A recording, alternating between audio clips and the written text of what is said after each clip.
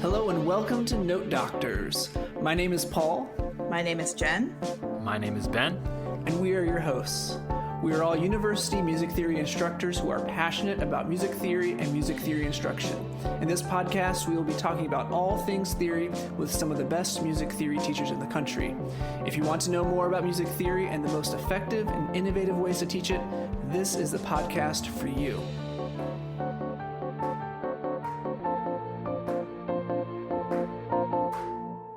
So hello and welcome back to Note Doctors, the music theory and pedagogy podcast. So we are super excited because this is the first of a couple episodes that we are doing in collaboration with the Journal for Music Theory Pedagogy. We were able to work with them last fall on interviewing some of the authors of some of the upcoming articles that are coming out in the 2022 volume, and so we are doing that again for some articles that are coming out in the 23 journal issue. And so we are super stoked to talk about some reviews that are going to be included and edited by Dr. Melissa Hoag. But before we get into that conversation, I do want to mention, what is the Journal of Music Theory Pedagogy? What is that? Do you know what that is, Jen?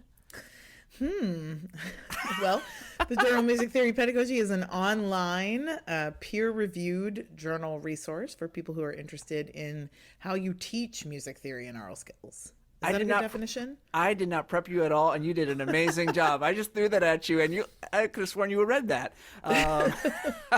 That's right. It is a peer-reviewed journal that has all sorts of great resources for how to teach music theory, aural skills, has a wonderful online component where you can search and find past articles, all for free. There's no paywall. So it's open to anyone who wants to learn more about effective teaching in music theory. So we're so excited to work with them again. And please check out their latest issue that's coming out in 2023, and then the past issues as well.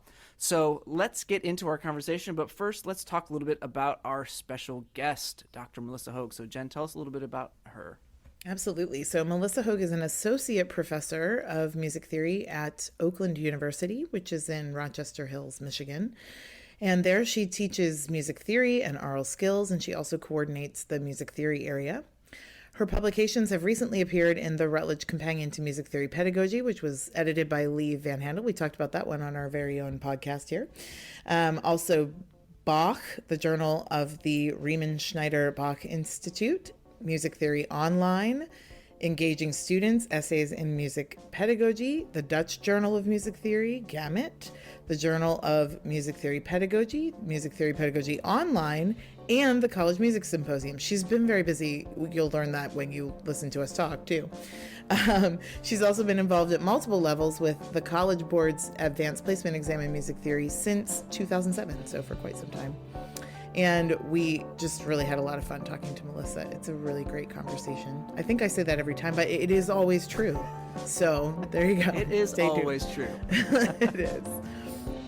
Any good theory teacher knows the only absolute is to never say always and never say never. Like, that's like the only absolute of teaching music theory and studying music, is that there's only usuallys and mostly nevers, but nothing absolute. So Melissa, we are so happy to have you on the podcast to talk with you about the upcoming reviews that are going to be in the latest issue of the JMTP. We're so excited to be collaborating with them again on a couple episodes, and also talking with you about your work on another project. And we won't say it just yet, so people have to keep listening. But before we get into that, we always like to ask our guests a little bit about how you got into music theory, how you got to be where you are. And so, was it that Theory 1 class where you're doing that part writing exercise and that moment you resolve the chordal seventh down and the leading tone up to create that PAC? Was it like this is what I want to be doing the rest of my life? Was it some type of moment like that, or maybe something else? That's very funny, because I just taught that to my first year students yesterday and today. So we were just discussing the why you have to have an incomplete 5/7 or an incomplete tonic if you have the leading tone and the soprano and all that. So anyway, yeah. Well, thank you for having me on the podcast. I'm very excited to do this interview. And so how did I get into theory? So piano was my instrument. And I kind of knew when I went to major in music at Drake University, which is, side note, also where Stan Kleppinger did his undergraduate, although he's older than me, so I didn't know him there. But anyway, so I, knew I really liked performing, but I kind of knew I didn't really want to teach piano. I taught piano even in high school, to like younger kids and stuff like that. But I knew I wanted to major in music. And so for me, it was several things. So secondary dominant day was a big day for me. I was like, oh my God, that's why D major sounds so cool in the key of C.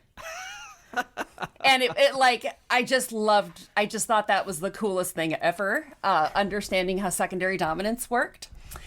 And then the other thing was realizing how much I liked all kinds of music and not just music that had piano in it. So realizing that I could find ways to teach all of the music that I loved, like opera and string quartets and art songs and symphonies, without having to, I didn't need to stick to just something that had piano in it to work with a student or whatever, or perform. And I just really loved my theory teachers and thought they were like amazing, funny, clever people. And we are, right? I wanted to be them when I grew up. So that's pretty much what did it. Yeah, I wanted to be them when I grew up, So I wasn't too far off. It was theory 2 and secondary dominance when you were raising the leading tone and blowing the chordal 7. The temporary leading tone. That's right, the temporary leading tone. That's great. And that's so awesome. We hear that all the time. It's like that theory teacher, that mentor that turns that light on for us, that gets us excited about it. And that should inspire us, right, as we're working with our students in the future, sure. So you are here to talk specifically about what you have been doing with the Journal of Music Theory Pedagogy, and you're the review editor. And so there are a number of really fascinating reviews that are coming out. And so we thought it'd be fun to kind of chat about these. And so maybe you can we can start with whichever one you want to talk about, but maybe give us a little like amuse-bouche. So a little taste for what these reviews are about, so that when it comes out in the new year, people are like, oh, I gotta make sure I find out more about this text or things like that. And certainly this could help with people's Christmas wish lists, that if you want to get some new books, I'm like, I definitely want to add this to my Amazon wish list. So we can start with everyone you'd like to, but let's kind of chat about those.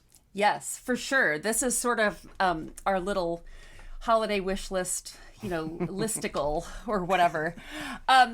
So we have 4 reviews coming out, as you mentioned. One of them is multi-author. It's a big review. I have it open right now looking at it. It's 53 pages. And it's on aural skills. And so it looks at all of the available resources that are kind of like the more commonly used resources. So it's not absolutely everything you might find if you like Google aural skills textbooks or apps or anything like that. But it goes over, like sight singing books, more general kind of aural skills textbooks that are a little bit more holistic. It goes over apps and software and things like that. So, and then by the end of the review, they kind of take a step back. And I should mention too, I'm sorry, the authors are Stacy Davis, Tim Chenette, and Stan Kleppinger. So, and they really did such an amazing job on this review. I mean, it was an absolute Herculean effort that they undertook this and they went really beyond. It's more of a review article, they go, because of course Stacy has the cognitive science research specialty, and so they really go at this in so many different directions. And then at the end, they kind of, as I said, they take a step back and they say, when we teach aural skills, are we getting the outcomes that we really need to get from our students? And they have this list, and I'll see if I can scroll through. It's going to take me a minute to scroll through the end of this thing.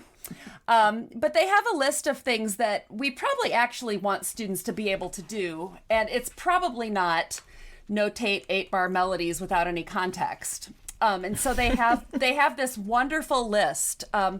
We're probably more interested in skills like identifying errors in an ensemble rehearsal, improvising an accompaniment to a requested song from a music therapy patient, identifying and leaning into expressive moments like a chromatic harmony, imagining how notated music sounds, transcribing jazz solos to understand how someone improvises, and listening more holistically. So they also take a kind of critical view of the field as a whole. And that's really, like I said, it really goes beyond just like a textbook review. And we had not had a review, like a holistic review of aural skills. When I decided what reviews to solicit, I looked back through all of the reviews from the journal back to its inception. And I'm not sure we ever had a review that kind of looked at all of the available resources the way this one does. So highly recommend anyone who's teaching aural skills to read this and just let it inspire you to choose the resources that work best for your institution and your students and your institution's goals, but also to, think beyond and think bigger and think more creatively about what aural skills are and what we really want students to be able to do. So I highly recommend that one. So then we also had, a review by Michael Baker of Timothy Cutler's Bending the Rules of Music Theory. And this is a book I really want to read. And I'm definitely going to buy it and get it from my university library because it's the kind of stuff that, for me, so when I teach an upper level class, especially my form and analysis class where we really get into the weeds, we'll take a big piece, like 4 movements of the Brahms Requiem, and we really get in there. And yes, Ben's got a copy already. He's holding up a copy right now. Yes. And I always say that form and analysis, which is an upper level elective at my school, it should be subtitled Lies My Theory Teacher Told Me, because, they're like, oh, how could he possibly go 5 to 2 to 5? I'm like, well, when we say don't go 5 to 2, we just mean in most of the time, and Right. and I just said this morning to my students, because we were looking at a Clara Schumann song and it went 2 to 4. And they were like, oh, you told me, or you told us that can't happen. I said, I did not say it can't happen. I said it usually doesn't. And I said, any good theory teacher knows the only absolute is to never say always and never say never. That's the only absolute of teaching music theory and studying music, is that there's only usuallys and mostly nevers, but nothing absolute. And so that's really what this book talks about. And I love how Mike Baker begins by invoking the common joke among music students that Bach kills a kitten every time someone writes parallel fifths. And he comes back to that at the end, and he said, maybe we should revise that and say every time someone writes a set of good apparent parallel fifths, Bach pets a kitten, which is a very nice way to come full circle by the end of the review. But he does a really great, Michael looks at this book and does such a wonderful job of taking the reader through some of the main ideas and also explaining the title, Lessons from Great Composers, which is the subtitle. Because right now it kind of might raise some eyebrows like, oh, that's kind of dated language, like what is this about, great composers? Aren't we kind of getting away from that? But the way Mike explains it in the review, it's that you don't really have to look hard. You don't have to go into these less well-known composers to find these bent rules. Every composer does these things. It's just they don't do them all the time. And so he does such a wonderful job of explaining that. Yeah, I'm really excited about this book because you speak to exactly the student's problem with they think that these are absolutes and you're lying or deceiving us when you later on find out. And, it's these great composers, great in air quotes, aren't great because they always follow the rules. Like that does not make, a composer great at all, right? And the author of the book, who's Timothy Cutler, he's also the guy who created the Internet Music Theory database, which I've used many times, which is like absolutely this vast database of musical examples. And so like I'm sure in his uncovering of all of these things, like found all of these things, oh, Brahms did this strange thing or Bach did this thing. And so putting them aside, and now he's able to kind of create this book years later after combing through so many musical examples to create this database, right? Yeah, absolutely. And that's pretty much what he's doing. And so he has these just really interesting categories of types of bent rules. And I just, it's right up the theorist's alley. I mean, really, it's like fun reading for us. And then a good source of interesting examples for students too. If you're like, yes, Bach does sometimes write these certain kinds of parallel fifths, or, this certain weird situation with a cadential 6/4 does happen. And this is a good way to kind of look at a book like that and say, here's a perfect example of when he did this and why it's okay in this situation, I also reviewed a review and partially edited a review of this text, and I confess I did raise a brow, just like you said, with the great composers remark. And I have to say I agree with the premises and I like the perspective, but then to me, to be honest, and I would tell this to Tim, the examples in here still really don't get beyond traditional Western quote unquote great composers. So, right. Even though, I'm sure Michael Baker in the review maybe talks about this, and when we get into more of that, maybe it comes up. But I think there are some real strengths to this book, but there are certainly some weaknesses that go alongside. For sure. Yeah, and I had the same raised brow. And I even said, we better think about this because, that subtitle. And he said, well,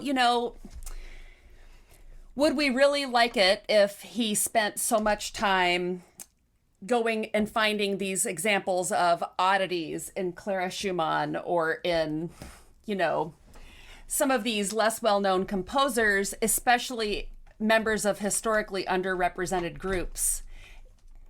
Because then someone might come away with the idea, well, of course she broke some of these rules. Right, She's a woman composer.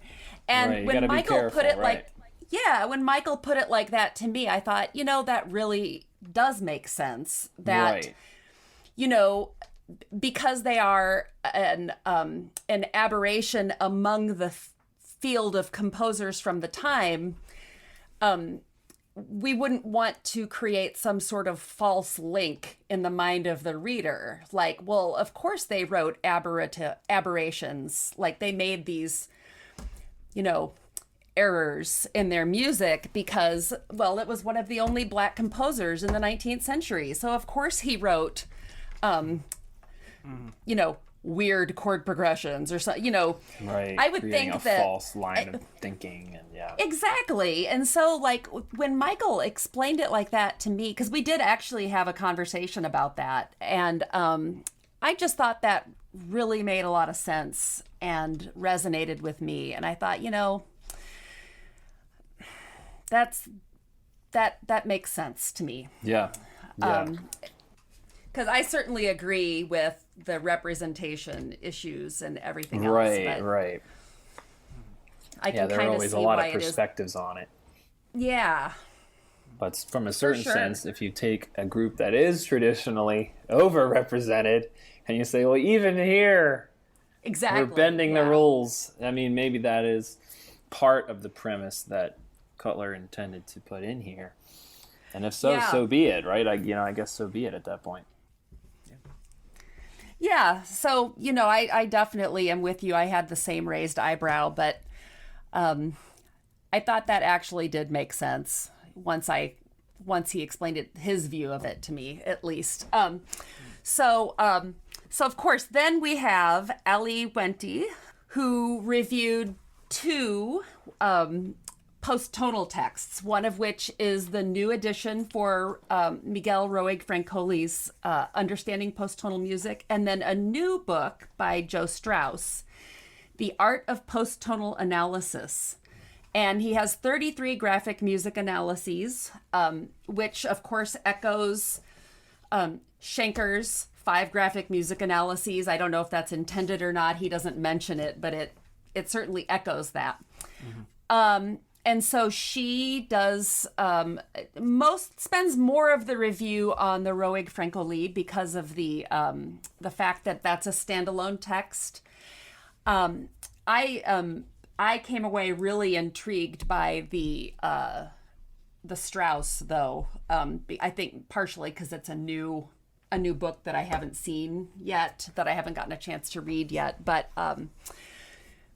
there's a lot of nuance available in both. The Roig Francoli could probably have more diversity, but there is some. I feel like the Strauss has quite a bit of diversity. We have quite a few examples by LGBTQ women composers and composers of other underrepresented groups. But it would be nice to see some of the featured analyses in the Roig Francoli maybe be a bit more broad. But the Art of Post-Tonal Analysis book is really more of a supplement. So if you're teaching like a grad class, or you're teaching like a upper level undergraduate class where students have already had some of the basic concepts, it would be nice to like assign some of these as presentations or something like that. Have the students really talk through and explain what's happening in the analysis. That's something I'm thinking about doing with some of my more advanced students. I think it's useful to just see the way people analyze that music, because so much of it has to be approached kind of individually. So, you know, many students in Theory 4 are so frustrated because for 3 semesters we've been like, here are some Roman numerals, some lead sheet symbols, some whatever that will work every time, mostly, you know, and then they get to Theory 4 and it's like, well, it depends on the piece, and it depends on the composer, and it depends on when it was written, and it depends. So, you know, I appreciate just kind of seeing someone take a singular approach to a couple of different pieces of music. I think that's valuable. And like you said, could be useful for upper level students to see what that results in. What can you see there? What can you find in terms of continuity?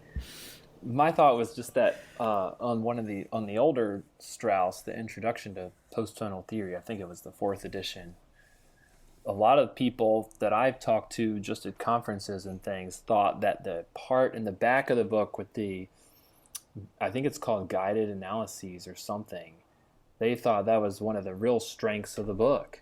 Mm-hmm. And probably, it seems to me, maybe Strauss got that opinion from colleagues and things, and then decided to kind of run with that idea more and then do more of that kind of thing, which is good, I think. Yeah, there's something he says, and I don't remember which edition. It may be in all the editions, but he says something like, when one is looking at post-tonal music, you really have to, and the line I always remember is, enter the world of the piece. Mm-hmm. I love that. And it's something I always tell students that. And I actually tell them that with tonal pieces too. Mm-hmm. There's the normal expectations if you're looking at a piece by whoever, somebody in the 20th century. You know the composer, kind of the kinds of pieces they've written, but every individual piece has its various games and its various issues and motives and stuff like that. Mm-hmm. So I'm very excited to be able to use some of those analyses for sure in my upper level class. Mm-hmm. Let's see here. Oh, right, of course. Then we have David Castro reviewing the Rutledge Companion to Aural Skills Pedagogy, which is edited by Kent Cleland and Paul Fleet. And so this is a pretty new book. It was just published last year. This is a kind of a more typical review. It's over, on a single book. It's a nice, concise summary of most chapters. And it just gives the reader a chance to get some of the big ideas from the volume. I think David did an outstanding job on this review. It's clear that there's a good amount of representation in terms of just the kinds of pedagogical approaches one will typically use in a classroom. I think, obviously, because I solicited it, I think it's worth your time to read it. And he does identify also, like the other aural skills review I mentioned, he does identify some things that are kind of lacking, not only in the collection, but also in the field as a whole. Like, where are the good, solid theories and pedagogies of melody? Can we talk about scale degree without relating it to harmony? We need pedagogy of melodic contour and some of those issues. There's a tendency, he says, to juxtapose common practice aural skills against pop rock aural skills, which is a kind of an interesting thing that will become maybe less common as time passes. Yeah, I was reading this review. It was just each chapter is written by one or two other authors, and it's kind of like an all-star cast in a way of this person, and it's really people that are in teaching aural skills and have voices in there. And so I'm excited to kind of dig into each of those chapters on those different topics, as you said, because each one is kind of addressing different things. Though it is interesting, I think he mentions in the review how a couple of the authors in the text define aural skills or feel the need to define aural skills in the first place. And I think he says something to the effect of, you never read a book on chemistry and you need to define what chemistry is at the beginning. And so there is still this very kind of fuzziness or squishiness about aural skills, even what it is. We have a hard time even coming to terms with what that is, because there's so many skills involved. And I think that's one of the things that you see with both of the reviews of the Rutledge Companion and of the critical review is aural skills it's a beast, all of the things that go into that. And you only have twice a week, 50 minutes a day, to teach these students. And what do? You have to do more than dictation and sight singing, clearly, but what is it, right? And so I think these reviews and then the the text, the Routledge Companion to Aural Skills Pedagogy, I think is going to be a great resource in trying to think about these big things. Yeah, and of course, the students register for 1 credit. Right. It's a 1 credit class. Right. Uh-huh. And they're already doing more than 1 credit worth just by showing up. And then, of course, every instructor is like, you can't just show up, you have to practice. Like, if you want to improve your aural skills and pass the class, you have to practice. So, I think every music program I've ever heard of has that setup where it's 1 credit registered, but then they show up for 2 hours. So they already feel like, They're getting their money's worth, you mean, right? That's exactly how I explain it. I'm like, you guys, this is a really good value. Look at all you're getting for the price of just 1 credit. I love that. One thing that maybe I can ask you, Melissa, or you can maybe speak to based on the depth with which you've engaged these reviews. Sometimes one of the conversations that I've had a lot of times, whether it's with teaching fellows or whether it's with my colleagues or whether it's people outside at conferences, is what is our source material for aural skills? Is it a software? Is that enough material? Is it stuff that you create yourself? Do you go to your colleagues and say, hey, trombone professor, will you record this melody 2 times? 1 time play it wrongly, okay, and pick a few spots to miss. Do you go to a choir and have them sing this and say, you're going to miss the 3rd note in the 3rd measure, and then that becomes like your content? Or is it that you use a textbook, and then, if you use a textbook and you say, well, now my materials are limited to sight singing numbers 1 through 20 and dictations numbers 1 through 20, and if I want to do anything outside of that, I'm going to be back to choice 2, which is to create the whole thing myself in the first place. Could you possibly, I have a feeling this is a thought that's entering people's minds, and it's definitely been in my head for a while, and I get to a point where I get to a software where I really like and say, oh my goodness, I like this software, we should try that out. Maybe this is the holy grail of aural skills, and I can get rid of the sight singing book, and I can not have to generate all these dictations. But then there are always issues. It's missing something, and you have to combine. So what is it? What is the solution? Maybe there isn't one, or maybe you can speak to some of that. I don't know. It's a hard question. Sorry, it's a doozy of a question. I don't know if any of us have a good answer. I mean, I know that what we do is, we have the Ottman Rogers. Yep. We have the Kazee Rhythm book. Because it is actually a textbook. Like, it actually teaches rhythm. It's not just like, here's a bunch of rhythm examples, And we have a course pack. Okay. And we write all kinds of short little projects that are like contextual listening. And, again, for error detection, it's typically like, if it's something quick, we'll just say like, here's a melody, practice it in your head. Now we're going to make 6 mistakes, pitch mistakes, depending on like the level of the students and stuff like that. And that's kind of what we do, Right. I mean, it's a combination of things. It's a combination of things, and I really fervently believe in the value of the contextual listening aspect, because it's like you can bring in a lot of different kinds of pieces, and it's too bad that, I mean, it's great, but it's also too bad that now there's all this software that can identify every piece, which I learned. I'm going to mention Stan Kleppinger for the third time today. He said, oh, here's how I get around students using Shazam or whatever, is I just go into like, some audio editing app and just detune it or tune it up by like just a little bit, and then it won't recognize it anymore, which I do use, but it still sounds just a little funny.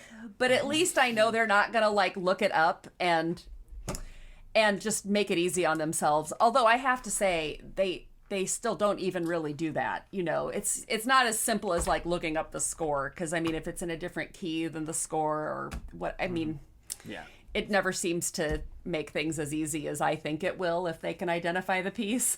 But, you know, I mean, ideally, we would spend all of our time doing contextual listening and stuff like that, you know, Right. but I also know they need more focused work on melody, focused work on harmonic progressions that are gonna do the things that we need them to do. You know, like, I don't know how about you guys, but we introduce, kind of like we do in theory, like, you know, the basic phrase model, and then you start expanding that a little bit. So you don't want to give them examples with too much hard stuff, because that way they can.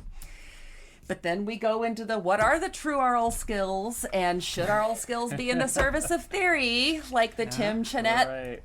Yep. work. So I don't know. I mean, I'm kind of doing my best from day to day, like I know everybody else is, and Well, and too often, heavy sigh. right? Too often, the people teaching aural skills are contingent faculty too. They're adjunct yes. professors, or they're teaching fellows. I mean, that's how I got my start, was a teaching fellow at UNT, and I taught aural skills pretty much exclusively until I'd been there a little bit. So then on top of that, you have a population that's already like working too hard for probably too little pay. I mean, that's just Absolutely. kind of a fact. So Yeah, it's the class most readily farmed out to whoever. right. And I mean, You the thing know, is, I and- love teaching it, and I try to put myself on aural skills classes whenever I can, but I'm also one of the only people who can teach most of our upper level electives for our theory major. So anytime we're offering those, my schedule fills up really fast, and it's hard for me to get aural skills in.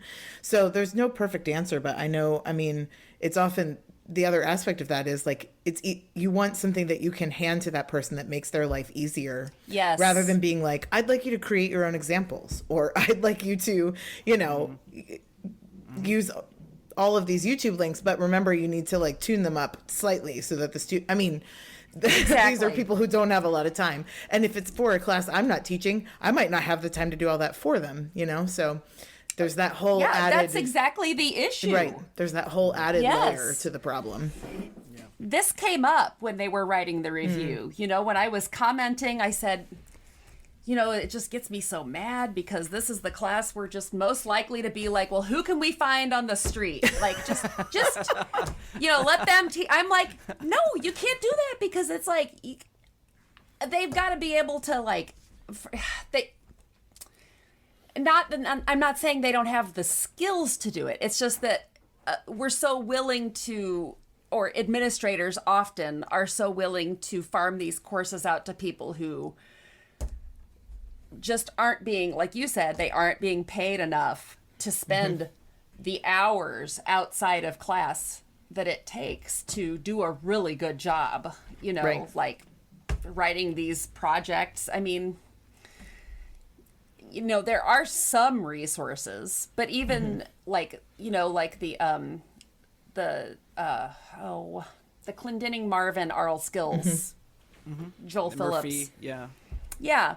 So like there's some contextual listening in there. And there are some examples of like that, but then even still you have to like tailor it for your students. So then you have to like make a little, at least that's how it is with us. I know that I always, even if I find some example somewhere, or I find something in a textbook with aural skills, it's like, well, we haven't quite talked about that yet. That's going to mess them up. So I need to ask the question differently, or, you know what I mean? Like, it always takes like all this extra, like, all these, not machinations, that's the wrong word. But yeah, That sounds like I'm an evil overlord or something. But it takes like all these, like, all this extra work, you know, to tailor it to your students. And, yeah. Sometimes I and get that's- bogged down in that pre-planning process. Like, I want to have all of it planned out and do all of it perfectly. And I appreciate my full-time colleague that I work with is much more of like well, let's create just one and do it. Let's just create one. You know, like if we want to do an improv exercise and I'm like, okay, well, we need a plan for how we're going to incorporate improvisation into every single aural skills course, and what all the like graded exercises will be that you know, gradually build on each other, you know. And he's like, how about we just write one and try it? You know. And that's I mean, the reality is that's kind of this older model, small teaching, right? The reality is, like, that's the way that you actually get it done, because if I wait to have the perfect plan, it's probably never going to happen. Or by the time it happens, I'm still going to have to fix it or tweak it, or I'll learn things along the way. So you may as well just write one and try it, you know? But yeah. Yeah. And I will say, I feel like all of the components that we all draw from, they all have their strengths and weaknesses. I mean, the softwares are really good for giving students immediate feedback. It tells you we're flat on that B, you know. And then there are weaknesses where, like, you may sing the first measure fine, the last measure fine, but the middle 2 bars you were actually an eighth note ahead of the beat, but it sounded exactly like the notes that you're looking at, and you made only a 2 out of 10. So like the rubric on these softwares is really limiting, and then you listen back to it. If you were to listen to it, you think, well, that was pretty good. You know, they got a little bit ahead in the middle, but that was like, you know, an 8.5 out of 10, or, you know, that was a 9 out of 10. So the rubric, you know, of the automated system or the software engineer is just flawed, it seems, always to me. Or if you want to not have a tonicization, well, how do you not give them a tonicization so they can figure out whether it's what mode you're in, or, you know, how do I take that part away? Well, I don't know. It just automatically tonicizes you, you know. I mean, there are flaws to these things that you have to somehow work out, you know, if you're going to create a truly comprehensive aural skills resource. That's such a challenge, and I'm really excited to dig into this review a little bit more deeply and explore what's going on in both of these. I should say it's 2 in both of them. So yeah. Well, speaking of work and all the work that you're doing, you are not just an editor for JMTP. You have also been editing another collection of writings that we're excited to talk with you about. You have been editing a Routledge text titled Black Composers in the Music Theory Classroom. And so let's get excited about this. This is another thing to add to your holiday wish list, because this is coming out soon, right? Right? Yeah, it should be. It should be. Some places I looked, it said it was going to be like December 30th, 2022. And then it also said it's going to have a publication date of 2023. So I don't know. It should be any day now. All right. So, yeah, and the main title is actually Expanding the Canon, : I tried not to have a colon. I've challenged myself for a long time to not have any titles with colons. It's in our nature. Yeah. Yeah, It we is. physically have a colon. So. It is really hard to have a title that doesn't do that.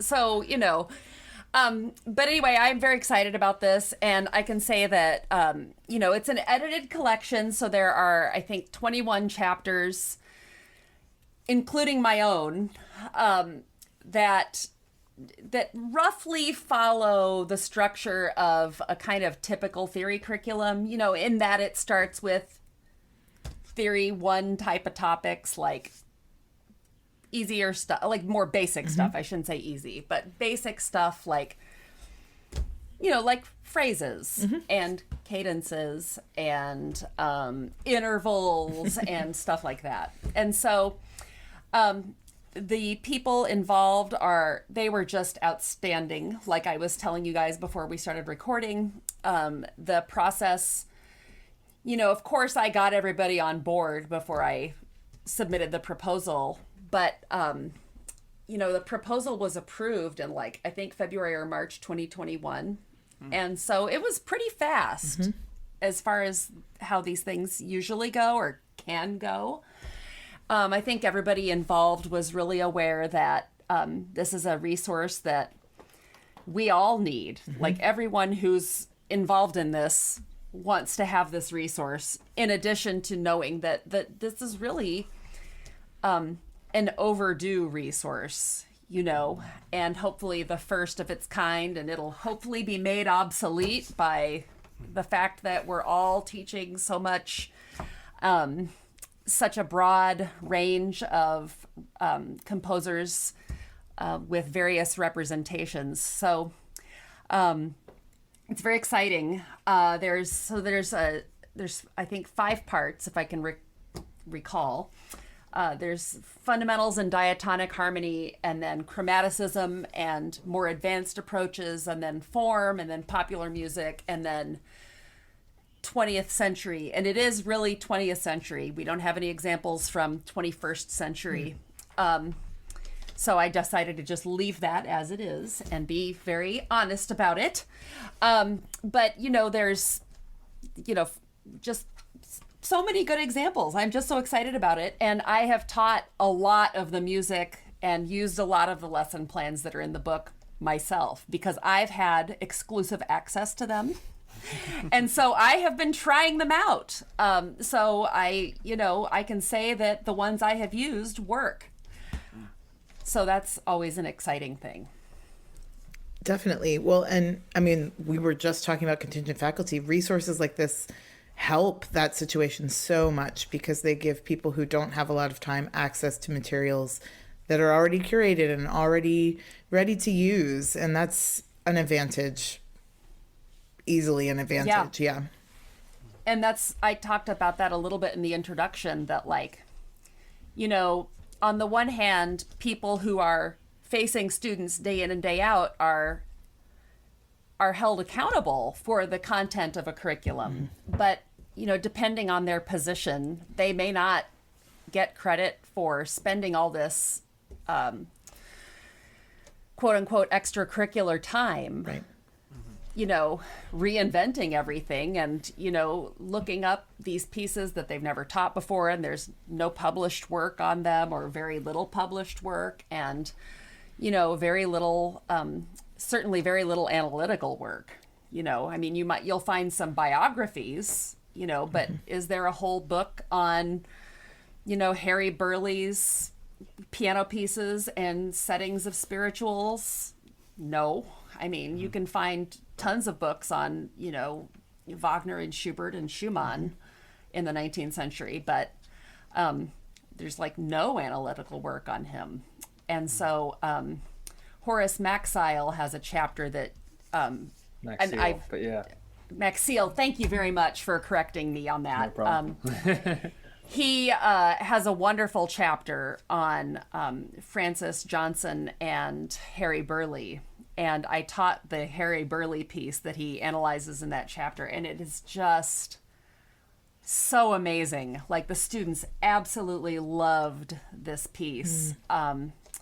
It's one of his piano pieces, and it's called A New Hiding Place. And it quotes several spirituals. And so Horace does just an amazing job of kind of giving you some analytical ways in and helping students think interpretively about why did he use that as the title? And it quotes My Lord, What a Morning, which I didn't know has an alternative spelling, morning, M-O-U-R-N-I-N-G, which, what an evocative possible alternative spelling, so these are things that, you can just kind of put students in small groups and let them talk about some of these things, or have them write a paper or a short kind of reaction paper sort of assignment. But just some really amazing music that I can't believe as a field we have ignored for that long. It's really... I just don't even have the words. Some of these Florence Price art songs, oh my God, what a gifted song composer. Anyway, I'm very excited about it. Is there any Hale Smith in there on the 20th century? There is no Hale Smith, unfortunately. So like I said, this is really just an overdue resource, and it's unfortunately still very incomplete, Originally, I had the idea of having, a section on maybe improvised genres, and I just was having a hard time getting enough of the right kinds of authors, that I needed to make that work. And so eventually I just kind of had to let that go. And, so there are things about it that I wish I could have made it more all encompassing, but I still think it's better, it's still a good resource, but of course, as the editor, you're always going to be like, well, you see all the flaws, right? If you're the author or the editor or the performer, but anyway, I'm very excited about it. Owen Belcher has a beautiful essay on teaching 20th century tonality through George Walker's music. And I just cannot wait to dive into that in my 20th century class, or I should say post-1900 class, because it is 2022, as we all know. But I just can't wait to attack some of those chapters in the last section.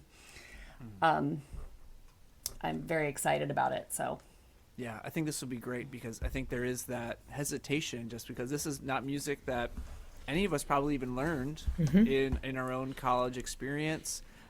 We don't analyze them if we're not from, I'm just a white guy from the Midwest. I'm not from, these cultures. And so you also want to make sure that you are doing it to the utmost respect and, absolutely, and handling that music the way it should be. And you're not, treating them like tokens or anything like that. And so the more that we can have these resources gives us the kind of ability to include these types of musics and do them well and respectfully as they should be. Absolutely. And that was kind of my whole goal is like, it's one thing to have and of course I also use these burgeoning, ever-growing repositories of examples like the Composer Diversity Database, for example, is just one. So, of course, I also use that all the time. But, these are polished, high-level treatments that have been tried out and, and of course, just like with, the Rutledge Companion to Music Theory Pedagogy that, Lee Van Handel's edited collection that she just won an award for at SMT. Right. Congratulations, Lee, friend of the show. Yes, congratulations, Lee. Anyway, I just wanted to make sure that we really had good high-level treatments of some of this music. And the first chapter is by Teresa Reed. I don't know if you guys know her. She's a former chief reader of the AP Music Theory exam. Yeah, I read for her. She is, she is one of my favorite human beings on the entire planet. Yeah, she's I lovely. adore Teresa Reed. So I was like, I wonder if she would be interested in maybe just telling her story. And so I emailed her and she was like, I'm so busy, but yes, I really want to do it. And so she just, I just came up with this absolutely beautiful, heart-wrenching essay. And it was just, she did just an amazing job.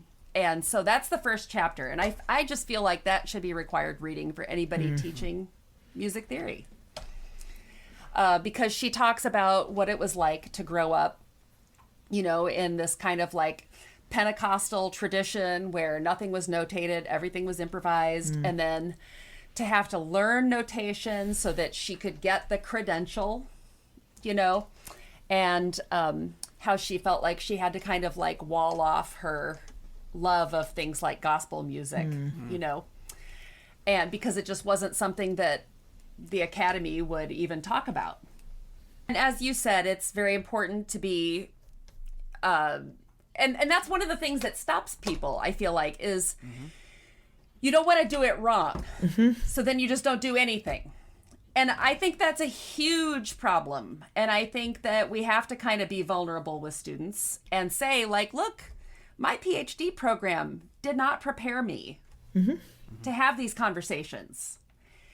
And I just think we have to do that, or nothing is going to change because we're all too afraid to like say the wrong thing. And so I've just started saying that, you know, to my classes, and like we all are going to learn together, and that's okay. And you know, after the George Floyd murder, we had a lot of conversations as a faculty and with our students too. And we talked with our students, and we kind of talked about like the tone of our department, and how inclusive are we really, and how are our minority students feeling.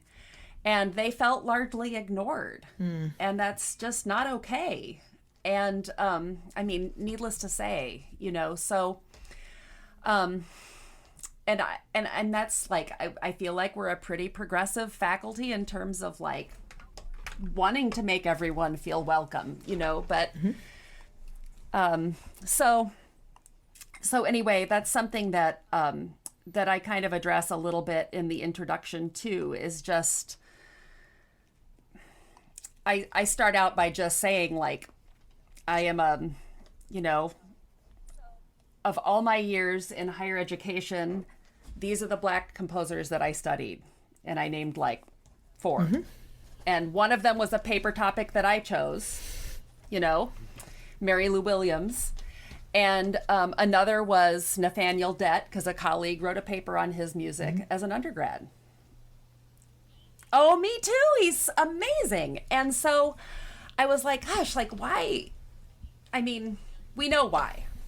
Structural racism, but like how can we possibly have gone this long without studying like Margaret Bonds' songs and Florence Price's songs and Howard Swanson? I mean, I just yesterday taught Margaret Bonds and Howard Swanson's setting of The Negro Speaks of Rivers, which is a Langston Hughes poem, his first published poem.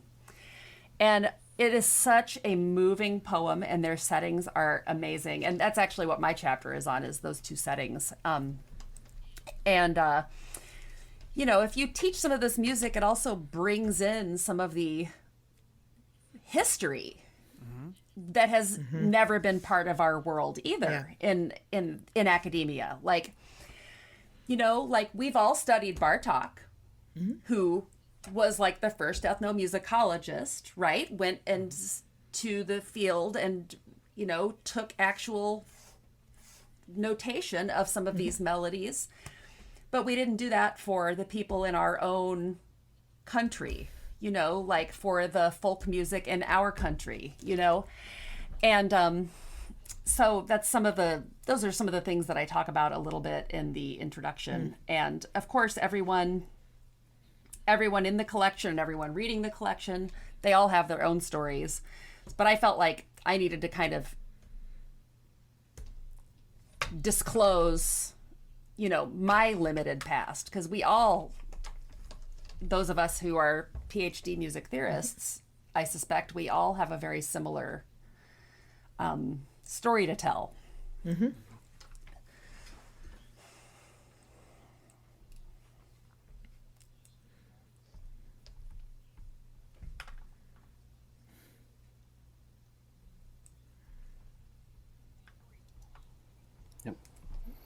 Yeah, well, I will say last semester, the reason why I mentioned Hale Smith was not just because Hale Smith is a really nice composer, really skilled American composer, but because I had played I got on a Hale Smith kick from talking to Horace Maxiel, actually. And my students, by the end of the term, could identify Hale Smith pieces in Theory 4. Which was interesting, that like Hale Smith was like a part of my miniature Venn graph canon of Theory 4 or something. I don't know, you know, how to word that. Yeah, and I'm not saying this for the applause. I'm generally just like saying that like I'm glad that their concept of that was based on Hale Smith. At least he was a component of that. You know what I mean? And I thought that was cool because I played a piece towards the end of the term, and you're like, oh, is that by Hale Smith? that's how it wasn't things like, oh, that get must into be the by canon. Schoenberg. Exactly. You know what I mean? Right? Like, That's what I was gonna say, Like, yeah. like, oh, that I might mean, be- we're not is that like by we're Hale like Smith, or not who's that, that by? but You know, like like, where it was interesting to hear their these discussion composers are of, just like, part who of the possibly wrote the atmosphere. They're just piece, part you know, of the stuff like collection. that. It's No, not it like, was kinda oh, this interesting. special person Yes. from this different group. Oh, no, it's just Hale Smith is right there with all these other composers who are just composers. Yeah, you can imagine like this future conversation where a student says, "Wait a minute, you don't know who Hale Smith? How did you take Theory 4 and not discover who that is?" Yeah. Right. Yeah. Exactly. That's good. That's how it happens.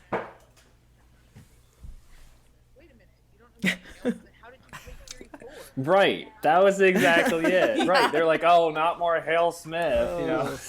Oh my gosh. They said that, and I was Well, like, this oh is- my this gosh, has I'm been kind of such a flattered treat by to you chat know, like with you think you're about, you're the slaying me here, JMTP but actually, reviews like and also that just comment itself the is a exciting work slay. that You you're know what I doing mean? with this new book. What's the official title again? Expanding the Canon, Black Composers in the Music Theory Classroom. Yeah, so add that to your wish list. But before we let you go, though, we always like to ask some rapid fire questions. Oh boy. Okay. And so Jenn or Ben, do Am you I have on wait, don't tell me? It's starting to feel like wait, don't tell me. That's right. Ben, you go first. You never go first. Very cool.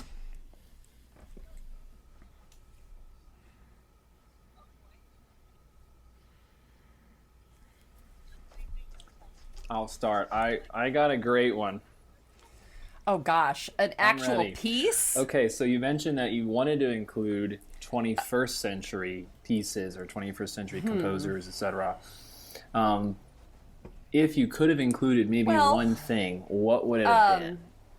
Anything by, the people I know in the 21st Or century maybe are a just so recent. collection of like things by Pamela one composer or Z, something or, like that. Like what? Like What she's if such you could an just say, you know what, this interesting really composer, needs to be and, added to I the am publication. including one of her pieces in my counterpoint class, actually, just as a part of a final project. Jen, you know about Yes, that. yeah. And Jonathan Bailey Holland, who is my good friend from AP Theory Teaching Days, who is an absolutely amazing composer. I would love to turn my students onto his stuff. That is. That's a great answer. So, but that's why there needs to be like 10 of these kinds of books. Yeah. You know. Volume 2, but we'll give you a break first. Because it was just like, and Routledge is like only however many 100,000 words or whatever, and I'm like, That's great. No, this is fantastic. That's exactly anyway, why I know it's asked the supposed to be question. rapid fire, so. No, that's okay. That was perfect. Yep.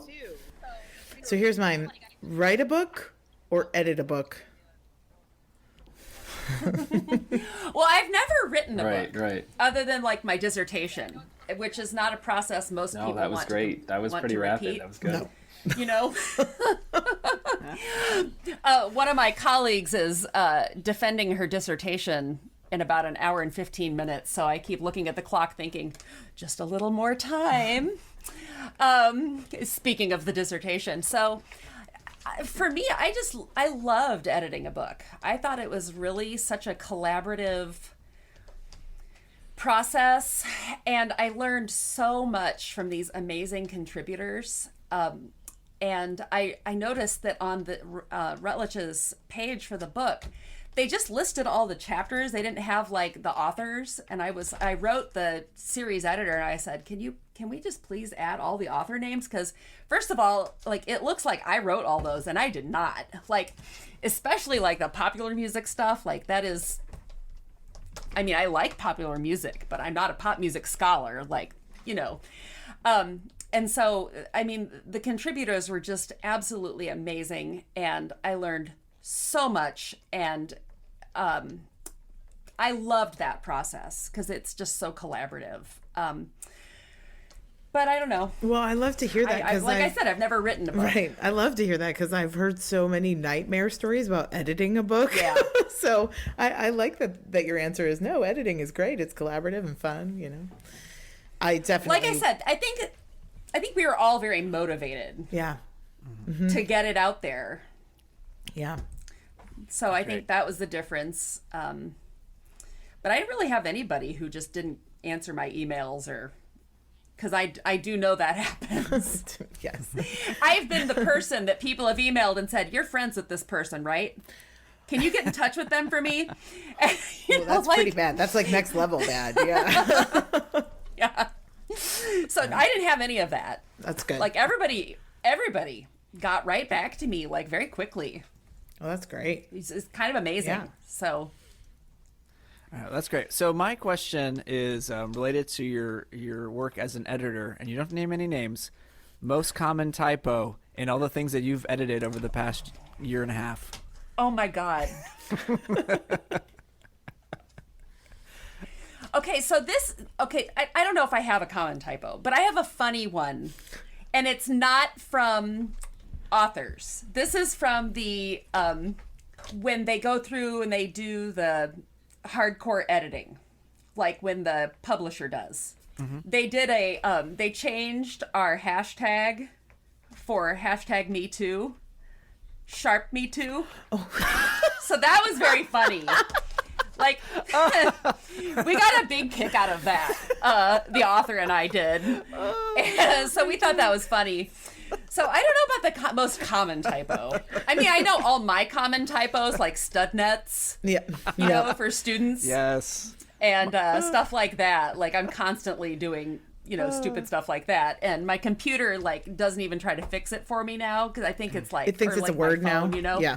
Now it thinks it's a word. That happened I'm like, to me. you're not helping me. Mm-hmm. Yeah, Scheudel is mine. It's supposed to be schedule, but Yeah, I've done that one. My computer doesn't even fix it. It just will say, you know, my Scheudel this week is really busy. Are you typing in German? Yeah. Like, yeah. That's right. Mine is University. Oh, You know, yeah. mix up the R. University. Or double thes. my I goodness. have lots of double thes. Yeah. Yeah. Well, this has been super fun. So as we wrap up, maybe let our listeners know a little bit about where they can find you online, where you're at as far as where you're teaching. If you want to get in touch with you about any of the topics we've talked today. Oh, yes. I teach at Oakland University, which is in Michigan. It is not in Oakland, California, the Bay Area. It is very different from Oakland, California, because right now we are having a lot of snow. Ooh. And it's very pretty, but it's horrible. I almost died on my way to work today. So, anyway, so it's it's named for the county, actually. It's a large regional public school, and we are in Oakland County, Michigan, which is north of Detroit. Yeah, that's where I'm at. And you can email me if you would like. It's just my last name, Hoag, Hoag, at oakland.edu. You just made it to the end of another episode of Note Doctors, the music theory and pedagogy podcast. Don't forget to like, subscribe, and review the podcast, and you can always reach us at notedoctorspodcast@gmail.com with comments, questions, or show ideas. Thanks for listening.